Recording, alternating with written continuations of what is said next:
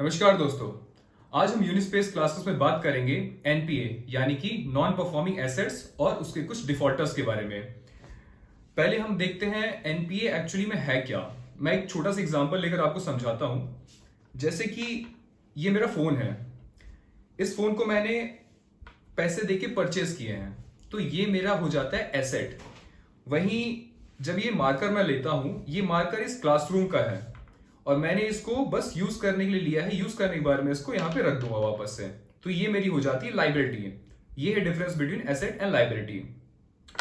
अब जो बैंक्स के पास पैसे हैं वो उनके एसेट्स हैं।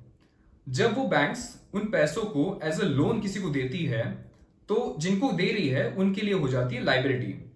और उस पैसे से बैंक्स कमाती प्रॉफिट एज एन इंटरेस्ट, और फिर आखिरी में आ जाता है उनके पास प्रिंसिपल। अब एनपीए क्या होता है? अगर मान लीजिए मैंने लोन लिया हुआ है और मैं बिल्कुल टाइम से उसका इंटरेस्ट पे कर रहा हूं और आखिरी में मतलब ड्यू डेट के पहले मैंने अगर उसका प्रिंसिपल पे कर दिया है, तो मेरा जो लोन है उसको वो कहलाएगा स्टैंडर्ड एसेट। पर अगर मैं नहीं पे कर पा रहा हूं, अगर मान लीजिए मुझे 90 डेज प्लस हो गए हैं और मैं ड्यू डेट को क्रॉस कर चुका हूं और मैंने पे नहीं कर पाया, तो मेरे लोन को कहा जाएगा NPA, that is non performing asset. That means अब बैंक को मेरी तरफ से कोई प्रॉफिट नहीं आ रहा है। ये है एनपीए। अब एनपीए का रीजन क्या होता है, क्यों एनपीए होते हैं एक्चुअली में? इसके मेनली दो रीजंस होते हैं। एक तो ये कि बैंक लोन प्रोवाइड करने से पहले प्रॉपर केवाईसी नहीं करती है अपने कस्टमर्स की। दूसरा ये हो सकता है कि जो बोरोवर है उनकी पॉलिटिकल कनेक्शंस हो, बहुत ज्यादा पॉलिटिकल कनेक्शंस हो, उसके थ्रू अगर वो लोन प्राप्त कर रहे हैं, तो फिर वो एक चांस हो सकता है कि वो एनपीए जाए। ठीक है। 30 सितंबर 2019 साकेत गोखले जो कि एक एक्टिविस्ट हैं, उन्होंने एक आरटीआई दर्ज की थी। उसके जवाब में आरबीआई ने एक विलफुल डिफॉल्टर्स की लिस्ट प्रोवाइड की और उस लिस्ट के मुताबिक करीब 68,000 करोड़ की एनपीए हमारे देश को मतलब चूना लगा रखा है ऑलरेडी। ठीक है। अगर मैं आपको सरल भाषा में समझाऊं तो पाकिस्तान की जो जीडीपी है वो है करीब 28,000 करोड़। मतलब हमारा जो एनपीए है वो उससे करीब 40,000 करोड़ ज्यादा। तो एक सटायरिकल एज अ सटायर हम कह सकते हैं, अगर पाकिस्तान को कभी कहना हुआ कि यार तुम्हारी जीडीपी से तो 40 का मतलब करीब डबल तो हमारा एनपीए है। But we should not be having proud about this. We should not have proud about this. जो विलफुल डिफॉल्टर्स की लिस्ट है, मैं दो चार नाम आपके सामने लेना चाहूंगा। एक है एफएमसीजी। एफएमसीजी की एक कंपनी है आरईआई एग्रो लिमिटेड, जिसके डायरेक्टर है संदीप झुंझुनवाला और संजय झुंझुनवाला। इन्होंने मिलके करीब 43,000 करोड़ का चूना लगाया है। वैसे एक और नाम है Winsome diamonds and jewellery limited. इसके डायरेक्टर हैं जतिन मेहता। इन्होंने करीब 4,000 करोड़ का चूना लगाया है। इस लिस्ट में हमारे बाबा रामदेव भी पीछे नहीं हटे। बाबा रामदेव और बालकृष्ण, इन दोनों ने मिलके एक कंपनी खोली थी, रुचि सोया इंडस्ट्रीज। इन्होंने मिलके करीब 22,000 करोड़ का चूना लगाया है इंडिया को। वैसे तो इनकी पतंजलि कंपनी काफी अच्छी चल रही है और वो करीब साल का 50,000 प्लस करोड़ का टर्नओवर देती है। वो चाहे तो इसको आराम से लौटा सकते हैं सारे पैसे को, बट बात वही है, जब गंगा बह रही है तो चलो हम भी हाथ धो लेते हैं। खैर, ये सब तो फिर भी छोटे छोटे डिफॉल्टर्स हैं। मैं आज बात करना चाहूंगा दो सबसे बड़े डिफॉल्टर्स का। एक है विजय माल्या। विजय माल्या जिन्होंने करीब करीब 9,000 करोड़ का चूना लगाया है भारत को। विजय माल्या को किंग ऑफ गुड टाइम्स कहा जाता था, यानी कि अच्छे समय का राजा। उनका खराब समय चालू हुआ जब उन्होंने किंगफिशर एयरलाइंस में अपना इन्वेस्टमेंट किया 2005 में as a birthday gift to his son. उन्होंने उसके बाद फिर इन्वेस्ट किया एयर डिकन में इन्वेस्ट इसलिए किया ताकि हम उनके जो किंगफिशर एयरलाइंस है उसको एक्सपांड कर सके, इंटरनेशनली एक्सपांड कर सके, जो कि अभी सिर्फ डोमेस्टिक है। और वहीं से उनका पतन चालू हो गया। और फिर वहां से उठने के लिए उन्होंने करीब 17 पीएसयू बैंक से लोन लिए, जिसमें से जो मैक्सिमम लोन उन्होंने लिया वो लिया एसबीआई से, दैट इज 1600 करोड़ का। और जो सेकंड हाईएस्ट लिया वो लिया आईडीबीआई से, करीब करीब 850 या 900 करोड़ का। अब बात ये आती है कि हम जैसे आम इंसान को बैंक करीब 1 लाख रुपए देने के लिए भी इतना ज्यादा तामझाम करती, इतने सारे डॉक्यूमेंटेशन करती है, तो इनको इतना ज्यादा इतना बड़ा अमाउंट कैसे मिल गया एज ए लोन? आपको अगर पता होगा, 2002 से विजय माल्या राज्यसभा के मेंबर रहे हैं और काफी अच्छे पॉलिटिकल कनेक्शंस रहे हैं। मैंने आपको बताया था एनपीए का जो सेकंड रीजन है पॉलिटिकल कनेक्शंस, जिससे सबसे ज्यादा एनपीएस होते हैं। ये एक कारण था जिसके चलते उन्होंने अच्छा खासा पैसा यहां से लिया। फिर बात आई 2016 की। मार्च 2016 में वो फिर यहां से चलते बने। अब यहां से चलते तो बने, उनके पास ऐसा नहीं है कि वो बैंकरप्ट हैं, उनके पास अपार दौलत है आज भी। उन्होंने कैरिबियन प्रीमियर लीग में एक टीम खरीदी हुई है। उनके विलास हैं साउथ अफ्रीका में, लंदन में और दुबई में। एक कासल खरीद रखा है भाई साहब ने स्कॉटलैंड में। हॉर्सेस, कैमल्स और यार्ड तक खरीद रखा है। उनका एक डेजर्ट है मोरक्को में। और ये सब तो फिर भी अलग चीज है, उन्होंने टीपू सुल्तान की तलवार तक खरीद रखी है करीब 2.25 करोड़ में। अब मुझे ये समझ नहीं आता कि टीपू सुल्तान की तलवार से वो कर क्या रहे हैं। पहले हमारा काट के गए, अब वहां क्या उससे क्या कांदा नींबू काट रहे हैं? खैर पता नहीं, वो तो वही जा रहे हैं।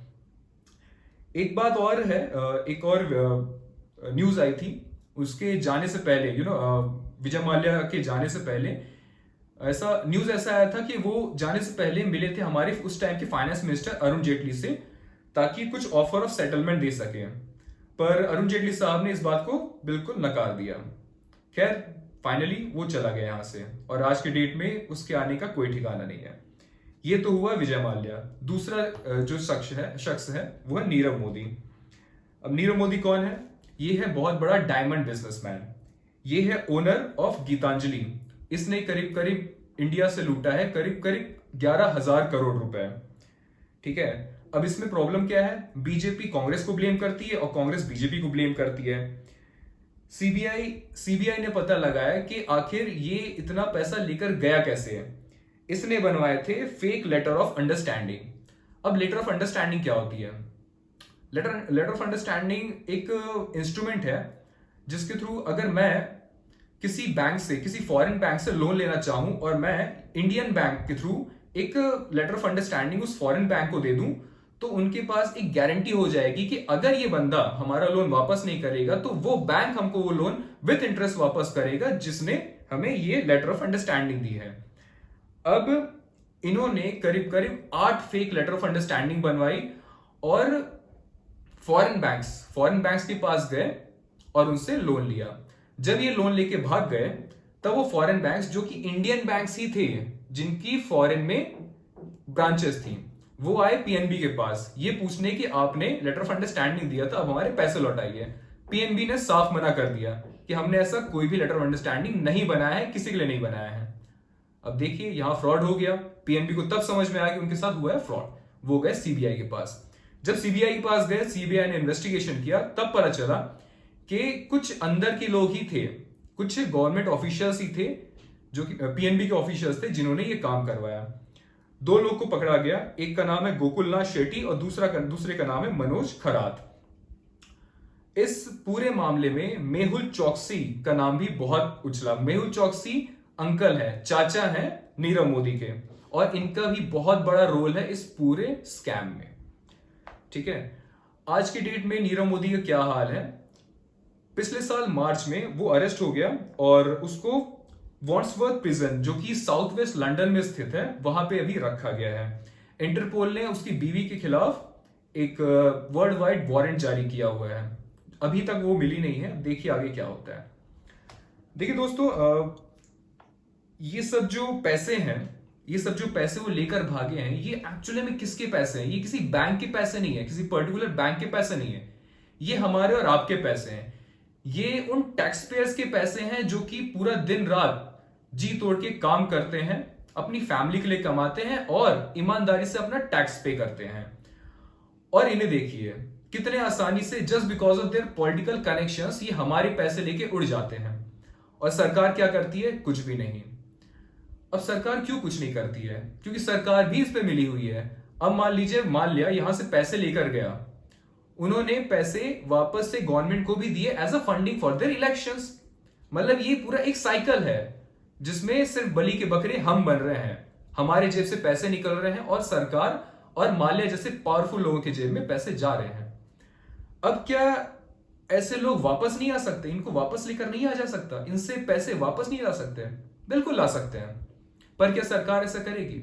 बिल्कुल नहीं करेगी, क्योंकि अगर सरकार ने ऐसा किया तो उनकी पोल पट्टी खुल जाएगी और उनको अगले इलेक्शन में वोट नहीं मिलेंगे।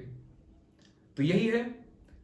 ये वीडियो प्लीज जितना हो सके शेयर करिए और लोगों को अवेयर करिए कि आवाज उठाया जाए सबके खिलाफ, गवर्नमेंट के खिलाफ और ऐसे लोगों के खिलाफ।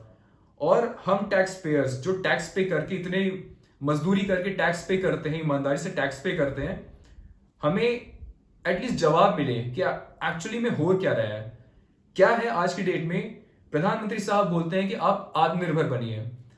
प्रधानमंत्री साहब को यह बताना बहुत जरूरी है कि आत्मनिर्भर बनने के लिए भी एक अमाउंट चाहिए होता है, एक कैपिटल चाहिए होता है। वो कैपिटल हमें कौन देगा? हम बैंक के पास जब जाते हैं, बैंक हमसे दुनिया भर की डॉक्यूमेंटेशन कराते हैं, इधर से उधर, कभी इस बैंक, कभी उस बैंक, कभी इस ब्रांच, कभी उस ब्रांच भेजते हैं। अंत में लोन नहीं मिलता, 1 लाख का भी लोन नहीं मिलता, तो कहां से आत्मनिर्भर बने हम? मजबूर कर दीजिए सरकार को कि ऐसे लोगों को वापस लेकर आए, इतना पैसा वापस लेकर आए, ताकि हमें लोन भी प्रोवाइड हो और लोन जो प्रोवाइड हो रहा है वो बहुत ही इजी इंटरेस्ट में प्रोवाइड हो। That's all. Thank you. नमस्कार।